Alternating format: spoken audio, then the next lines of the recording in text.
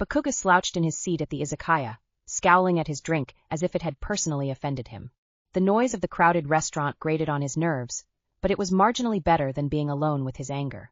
He needed a drink, and after the fucking week he had. I swear there's not a single fucking useful person in this entire city, he growled, slamming his glass down on the table. The sudden movement caused Kirishima, who was sitting next to him, to pick up his drink before it spilled. Whoa, man, Kirishima said, raising his hands. What's got you so worked up this time?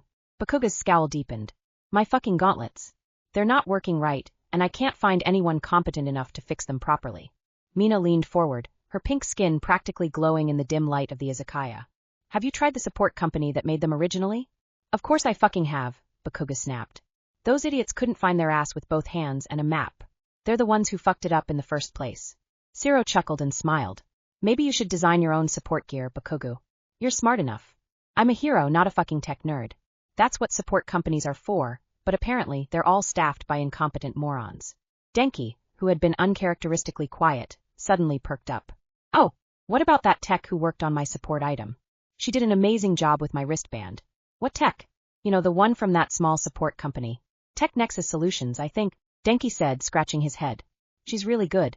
Fixed up my gear, and even made some improvements I didn't know I needed. Bakuga's eyebrows shot up, his interest piqued. He'd never admit it, but finding someone competent enough to work on his gear was becoming a real pain in the ass. Mina's eyes sparkled as she leaned across the table. Oh, and was this before or after you tried to sleep with her, Denki? The electric hero shrugged, smirking. It didn't work. She's too professional. My charm had no effect on her. Bakuga snorted. What fucking charm? Hey! Denki protested, puffing out his chest. I'll have you know I can get any woman into my bed. Zero burst out laughing, nearly choking on his drink. Except Tech Girl, apparently. The table erupted in laughter, even Bakuga's lips twitching into something that might have been a smirk. Whatever, Denki grumbled, slumping in his seat. She's still the best tech I've worked with. Seriously though, she's really talented. I've heard she's becoming pretty popular because of her work. It's kind of surprising she's still working for such a small company. Bakuga leaned back in his seat, trying to look uninterested. So what's so great about this chick? She's some kind of genius or something. Denki shook his head. I don't know if I'd say genius, but she's definitely skilled. She completely redesigned the circuitry in my wristband to make it more efficient.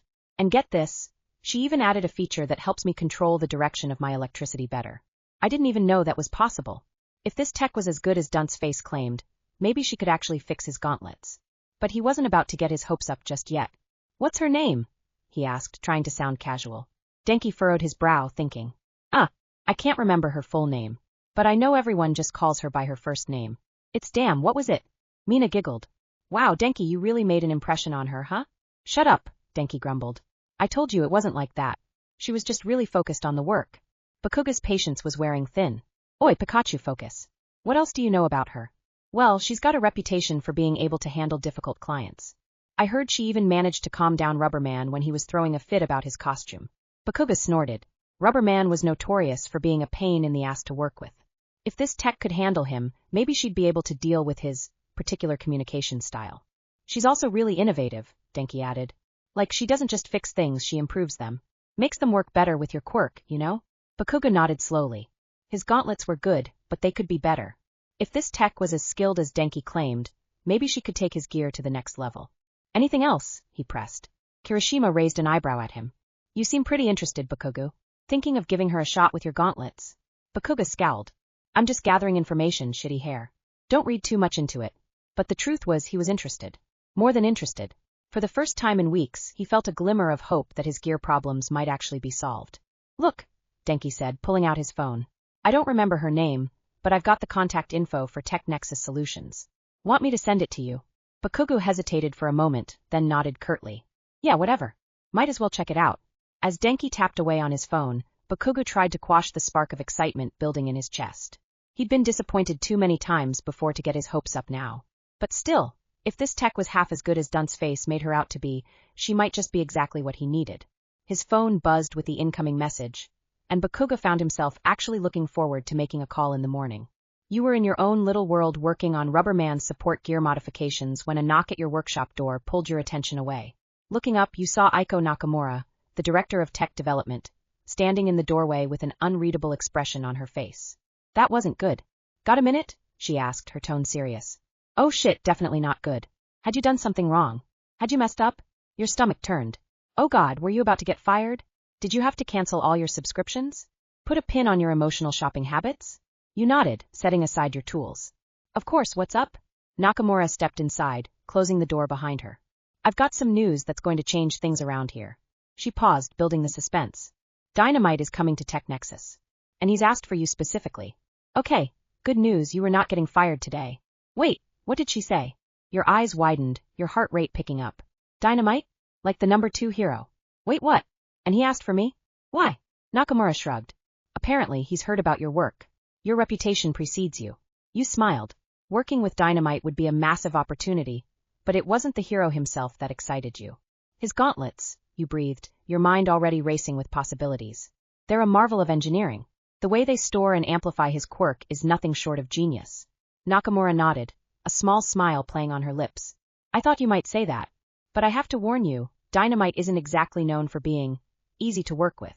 I can handle difficult clients. You've seen me with Rubber Man. This is different, Nakamura cautioned. Dynamite has a reputation for being explosive, both literally and figuratively. He's driven 3 support techs to quit in the past year alone.